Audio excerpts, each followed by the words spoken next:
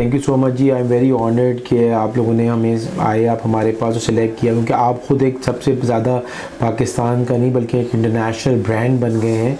और जितना काम आप लोग कर रहे हैं इंटरनेशनली पाकिस्तान का सॉफ्ट इमेज बनाने के लिए, वो बहुत ही इम्पोर्टेंट और बहुत ही अप्रिशिएटिव है हम सब उनके लिए। हमारा ये हुआ सर कि हम 1987 में स्टार्ट हुए। मेरे फादर प्रोफेसर डॉक्टर ईसा अब्दुल्ला ने ये लैब स्टार्ट करी, और इसका बेसिक कॉन्सेप्ट ये था कि जो है वो पाकिस्तान आए, अमेरिका से ट्रेन थे।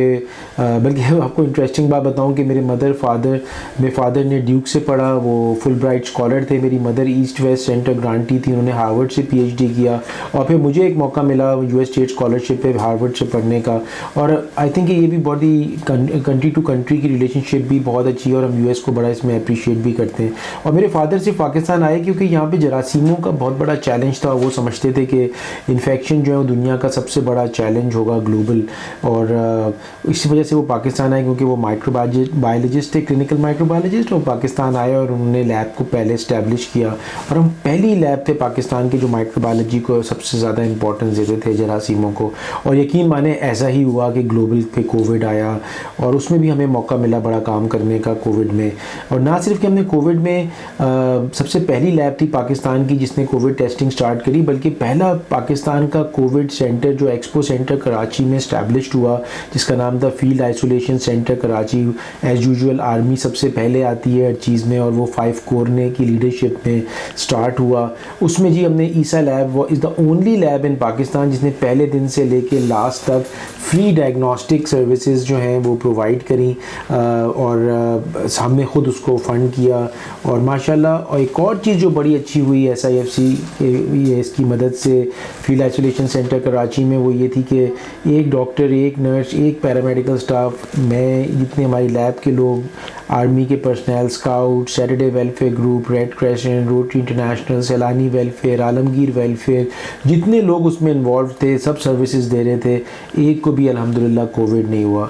और ये thanks to the US state department की जो ट्रेनिंग मुझे हार्वर्ड पे मिली, जो है Harvard school of public health THN में, सो उसकी वजह से हुआ पॉसिबल। तो देखें, इसीलिए मैं हमेशा कहता हूँ कि अच्छा काम भी होना चाहिए, क्वालिटी का काम भी होना चाहिए, लेकिन कंट्री टू कंट्री की रिलेशनशिप्स ऑन डिफरेंट लेवल्स बहुत ज़्यादा इंपॉर्टेंट है। देखिए कि चैलेंजेस जो है ना वो ये थी कि पहले बहुत ज़्यादा चैलेंजेस ये होते हैं कि मेरे ख्याल से सबसे ज़्यादा चैलेंजेस ये होते हैं कि हमारे पास जो रेगुलेटरी बॉडीज़ हैं उनकी इंटरफेरेंसेस और उनकी मतलब वो रोक रहे होते थे काम को। और आई थिंक और पॉलिटिकल चैलेंजेस भी पहले बहुत ज़्यादा थे, law and order, security conditions का। लेकिन अल्हम्दुलिल्लाह अब सारी चीज़ें सॉल्व हो गई हैं, और पाकिस्तान, जो मैं बड़ा स्ट्रांगली बिलीव शुरू से करता था कि पाकिस्तान एक ग्लोबल सुपर पावर बनेगा। और ख़ास तौर पे मैं थैंक यू भी कहूँगा जनरल आसिम मुनीर साहब को और उनका इनिशिएटिव SIFC का स्पेशल इन्वेस्टमेंट फैसिलिटेशन काउंसिल, जो कि इन्वेस्टर्स को और बिज़नेस कम्युनिटी को वन विंडो ऑपरेशन दे रहा है। तो आई थिंक अब कोई चैलेंजेस नहीं है, अब तो माशाल्लाह सर्विसेज भी हम दे रहे हैं। बल्कि ईसा लैब से हम doctor Isa laboratory and diagnostic centres बने, ultrasound, x-rays, MRI, CT scan, mammogram. उसके बाद हम डॉक्टर ईसा डेंटल सर्विसेज की चेन हमने लॉन्च की जो कि पाकिस्तान की पहली डेंटिस्ट्री की चेन थी। और उसके बाद डॉक्टर ईसा फिजिकल थेरेपी रिहैब सेंटर्स, और उसके बाद हमने डॉक्टर ईसा न्यूट्रिशन क्लिनिक्स, और फिर डॉक्टर ईसा prime fitness academy which is a train the trainers programme, जिसमें जो ट्रेनर्स हैं उनको फिजियोथेरेपी भी सिखाई, एक्सरसाइज वगैरह, वेट लिफ्टिंग और बॉडी बिल्डिंग और फिटनेस के साथ साथ फिजिकल थेरेपी, रिहैब के बारे में पढ़ाना, न्यूट्रिशन के बारे में, साइकोलॉजिकल। तो बहुत ही कॉम्प्रिहेंसिव ट्रेनिंग प्रोग्राम है, क्योंकि लोगों की लाइफ स्पैन्स अब बड़ी हो रही हैं, तो क्वांटिटी ऑफ नंबर्स के साथ साथ क्वालिटी ऑफ लाइफ भी चाहिए। तो ईसा लैब, अब हमारा जो ग्रुप है ईसा ग्रुप, वो हर उस काम पे करता है जिसमें कम्युनिटी की बेहतरी हो सके और क्वालिटी हेल्थ की तरफ हो, और हम प्रिवेंटिव मेडिसिन पे ज़्यादा काम कर रहे हैं कि लोग बीमार ही ना पड़े। I think Pakistan testing time से बाहर निकल गया है। अब आई फील कि हमारे पास जो, अगर मैं पिछली जर्नी देखूँ तो हमारे पास बहुत बड़े बड़े चैलेंजेस आए, लेकिन यकीन माने कि चैलेंजेस में पाकिस्तानीज़ के अंदर एक स्टेटमेंट है ना, जैसे कि when the going gets tough the tough get going, तो हमेशा ऐसा हुआ। आई थिंक 1970s में नेशनलाइजेशन हुई थी और जो बड़े टाइकून थे पाकिस्तान के वो ज़ीरो हो गए थे नेशनलाइजेशन से, और अब आप जितने टाइकून देखते हैं या जितने लोग हैं जो कंट्रीब्यूट कर रहे हैं वो सब उसके बाद बने हैं। जबकि मार्शल लॉज भी आए, उसमें भी काम भी हुए, उसके बाद गवर्नमेंट भी चेंज होती रही, बहुत कुछ हुआ पाकिस्तान के साथ, अफगान वॉर भी हुई, बहुत सारे चैलेंजेस से हम गुजरे। लेकिन यकीन माने अगर आप मुझसे आज पूछें तो 7 इंडस्ट्रियल एरिया सिर्फ कराची में हैं और सिर्फ उनमें से एक औरंगी इंडस्ट्रियल एरिया है जिसमें 4000 प्लस फैक्ट्रीज़ हैं। सियालकोट वालों ने अपना एयरपोर्ट ख़ुद बना दिया है, एयरलाइन लॉन्च कर दी। हमारा जो है वो फुटबॉल पाकिस्तान में बन रही है और वो जो है वो इंटरनेशनल वर्ल्ड चैम्पियनशिप में हो रही है इस्तेमाल। और आई टेल यू पाकिस्तान में हर चाहे वो स्पोर्ट्स हो चाहे बिज़नेस हो, रेस्टोरेंट्स इतने खुल गए, स्कूल्स एजुकेशनल इंस्टीट्यूशंस इतने खुल गए। हमारे ज़माने में तो 4-5 स्कूल्स होते थे। तो पाकिस्तान में बहुत पॉजिटिविटी आई है। हमारे स्पोर्ट्स के लोग जो हैं वो इंटरनेशनल परफॉर्म कर रहे हैं, इतने सारे गेम्स में परफॉर्म कर रहे हैं कि आप अनबिलीवेबल, डेली हम पोस्ट डाल रहे हैं, माउंट एवरेस्ट पे चढ़ रहे हैं बच्चे, यंग लोग। तो कहने का मकसद है जो चीज़ मैं समझता हूँ जो इस वक्त चैलेंज अगर आप मुझसे पूछते हैं वो पाकिस्तान की इकॉनमी का चैलेंज नहीं है, पाकिस्तान में बिज़नेस अपॉर्चुनिटीज़ का चैलेंज नहीं है, पाकिस्तान में जो है वो वेलनेस का चैलेंज नहीं है। पाकिस्तान में अगर कोई चैलेंज है वो डिस्पेयर का है। और ये डिस्पेयर जो है ये कि लोग जो हैं वो सब कुछ होते हुए डिप्रेस्ड हैं काफ़ी, और उसका जो रीज़न है ना वो भी मैं बता दूं कि वो 5th जनरेशन हाइब्रिड वॉर है। बहुत सारी कंट्रीज़ हैं उनको पता है कि पाकिस्तान में मादनियात भी हैं, इसमें समंदर भी है, इसमें माउंटेन्स भी हैं, हर किस्म के टेम्परेचर्स हैं, लैंग्वेजेस हैं, कल्चर्स हैं, इतने सारे सूबे हैं, उनकी अपनी अपनी qualities, historical sites, economic hubs, knowledge cities, कि कोई चीज़ पाकिस्तान को आगे बढ़ने से रोक नहीं सकती। और हमारी मिलिट्री जो एक हमारी ग्रेविटी है, सेंटर ऑफ ग्रेविटी जिसने सबको जोड़ के रखा हुआ है, वो भी टॉप ऑफ द लाइन माशाल्लाह दुनिया में मानी जाती है, नेवी, आर्मी एंड एयरफोर्स। तो कहने का मकसद ये है, तो हाइब्रिड वॉर्स ये होती हैं कि वो जानबूझ के ऐसी डिस्पेयर फैलाते हैं कि लोग जो है ना वो सब कुछ होते हुए जो है ना वो डिसअपॉइंटेड हों और वो मुल्क छोड़ने की कोशिश करें और टैलेंट बाहर जाए कि वो, क्योंकि वो थ्रेटेंड होते हैं हमसे। तो आई थिंक ये थ्रेटेंड होना जो है ये हमारी एक स्ट्रेंथ है।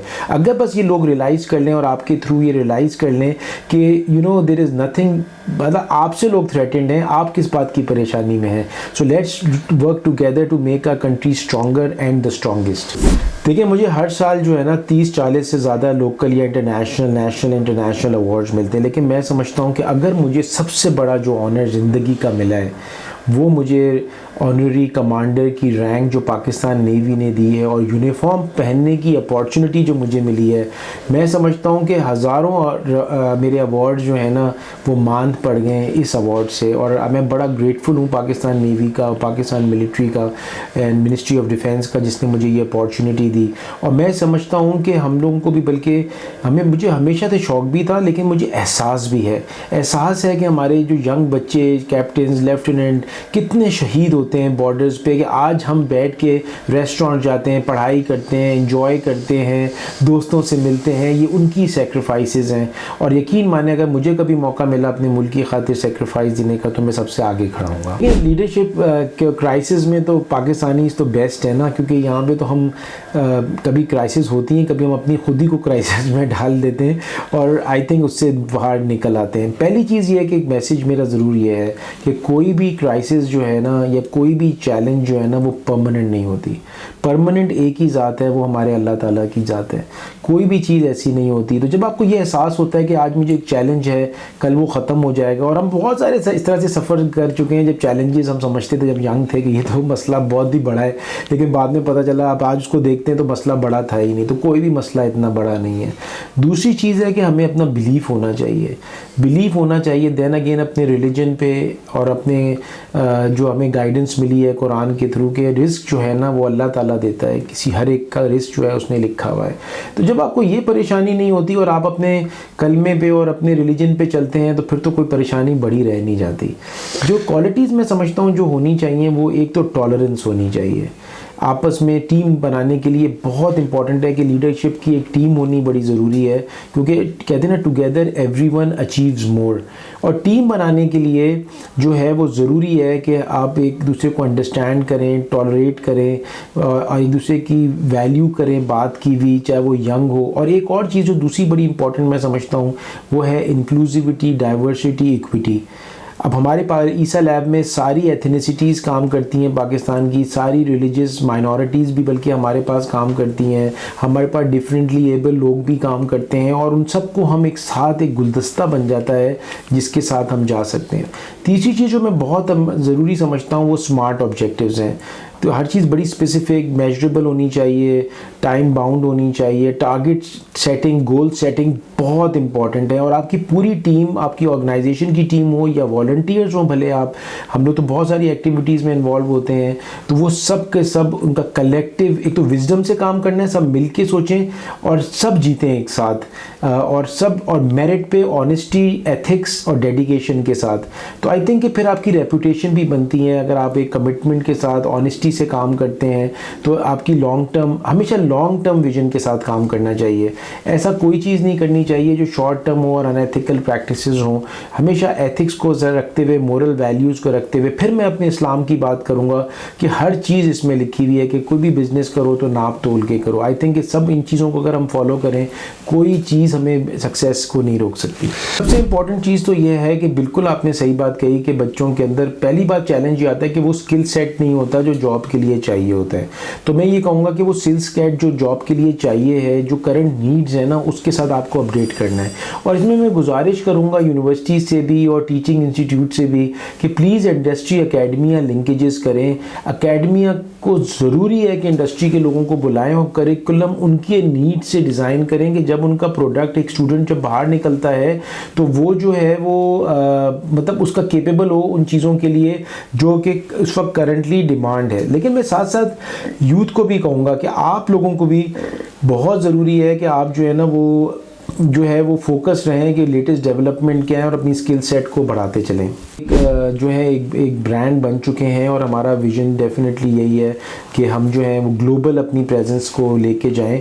हम ऑलरेडी यूएसए, यूके और यूएई के अंदर जा चुके हैं। अब हमारा ऑफिसेज वाशिंगटन डीसी में भी है, बेथेस्डा में, अरवाइन में, LA, Los Angeles, Nottingham England में, और दुबई में, अबू धाबी में।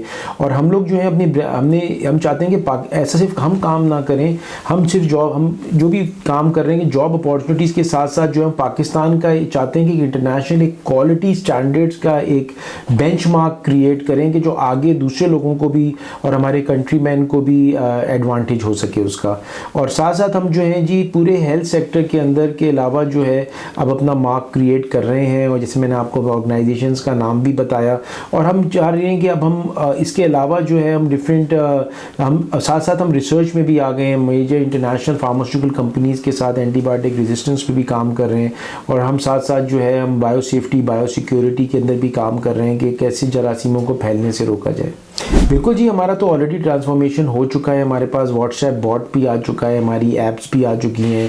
हमारा सारा डाटा जो है वो आर्टिफिशियल इंटेलिजेंस के थ्रू प्रोसेस होता है, नीड्स उससे कैलकुलेट होती हैं।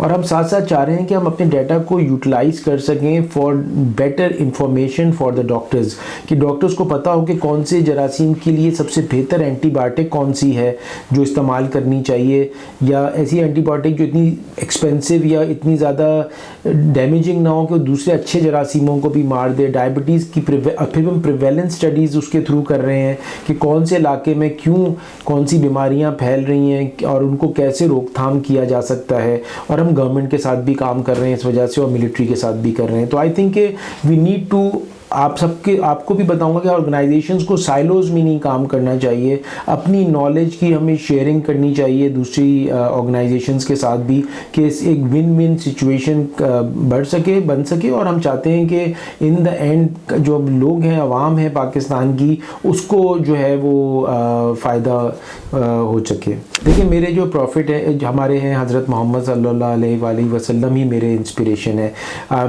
अगर आप देखें कि वो बिज़नेसमैन थे और बेस्ट बिजनेसमैन थे, और उनकी एथिक्स ऐसी थी और उनकी ऑनेस्टी, क्रेडिबिलिटी ऐसी थी कि जो भी वो बात करते थे वो मतलब हरूफ आखिर होता था। उसके बाद जब उन्होंने इस्लाम फैलाना शुरू किया तो तकलीफ़ों से गुज़रे, तो ज़ाहिर हम भी तकलीफ़ों से गुज़रते हैं, कोई भी ऐसी पोजीशन आती है।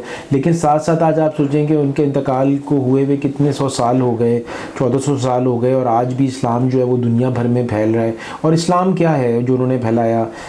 ऑनेस्टी, डेडिकेशन, रिस्पेक्ट, औरतों की रिस्पेक्ट, हकूक़ सबके देना, और जो अच्छी बातें हैं। और मैं समझता हूँ कि हमने कोशिश ये करते हैं अपनी ऑर्गेनाइजेशन में, मैं ख़ुद भी सैयद हूँ, मेरे सरनेम आबिदीन है, हम उनकी औलादों में से, हम कोशिश करते हैं कि वही सारी चीज़ें करें और कि जो कि एक पॉजिटिव चीज़ें हों। इसी तरह से हमारा रिलीजन हमारा कितना अच्छा है, और हमारी पास SOPs की बात अब लोग करते हैं, ISO सर्टिफिकेशंस की, तो कुरान करीम एक ISO की तरह से मैनुअल है कि आप उसको फॉलो करें। उसी तरह से हमने उन्हीं चीज़ों को रखते हुए अपनी ऑर्गेनाइजेशन के अंदर भी SOPs बनाए हैं। तो आई थिंक कि उनसे तो अच्छा जो है कहते हैं एग्जाम्पल मैं समझता हूँ, या not only religious but as a personality, एक वो जो है वही हम सबका इंस्पिरेशन है। नहीं देखें, गुस्सा आता भी है, बिल्कुल इंसान है, फ्रस्ट्रेशन भी होती है, कभी स्ट्रेस भी होता है। इन द एंड मैं समझता हूँ कि वही चीज़ करनी चाहिए जिससे कोई पॉजिटिविटी फैल सके, कोई एडवांटेज हो सके, और आप एक लोगों को आगे एक साथ ले जा सकें और रिस्पेक्ट गेन करके कि आपकी टीम ऐसी हो जो कि खड़ी हो जाए किसी भी नौबत में। और आई थिंक कि मुझे ये अपॉर्चुनिटी मिली जिस वक्त कोविड आया और हमने एक्सपो सेंटर में हम स्टैब्लिश कर रहे थे, उस वक्त लोग डरे हुए घर में आइसोलेशन थे। लेकिन ईसा लैब के टीम मेंबर्स को जब मैंने कहा कि हम कोविड में हम सेंटर में ही हम लैब बना रहे हैं, तो सब के सब 100% रेडी थे कि हमें वहाँ भेजें, हम काम करेंगे। तो ये कॉन्फिडेंस भी बढ़ता है। देखिए, हैप्पीनेस और सक्सेस तो डिफरेंट चीज़ें। अगर हम मटेरियल चीज़ों के साथ अपनी हैप्पीनेस को अगर कनेक्ट करेंगे तो वो तो बड़ा मुश्किल हो जाएगा, क्योंकि वो चीज़ें, मटेरियल चीज़ें जो हैं वो तो आगे मतलब बढ़ती ही रहती हैं। आई थिंक हैप्पीनेस आती है कंटेनमेंट के साथ, containment on your material goods, containment on your love, family life, and I think containment with friends. मैं बस एक बात कहूँगा कि हैप्पीनेस जो है ना, उसके लिए टाइम मैनेजमेंट बहुत ज़रूरी है, और टाइम मैनेजमेंट के अंदर वर्क का टाइम, फैमिली का टाइम, एक्सरसाइज टाइम और एक मी टाइम ज़रूर होना चाहिए, जिसमें जो चीज़ आप बेहतर समझें वो आप कर रहे हो। लेकिन इन द एंड हम सबको contribution to the community and for our country करना भी ज़रूरी है। देखिए, अभी तो सबसे मेरी फेवरेट जो बुक है ना वो आपकी CEO की बुक है, क्योंकि उसमें सारे जो लीडर्स हैं उनकी स्टोरीज़ हैं, और आई थिंक उससे बड़ी इंस्पिरेशन मिलती है। और हर दफ़ा आप किताब लाते हैं तो नए लोग होते हैं उसके अंदर, अब तो लोकल नहीं बल्कि इंटरनेशनल लोग होते हैं।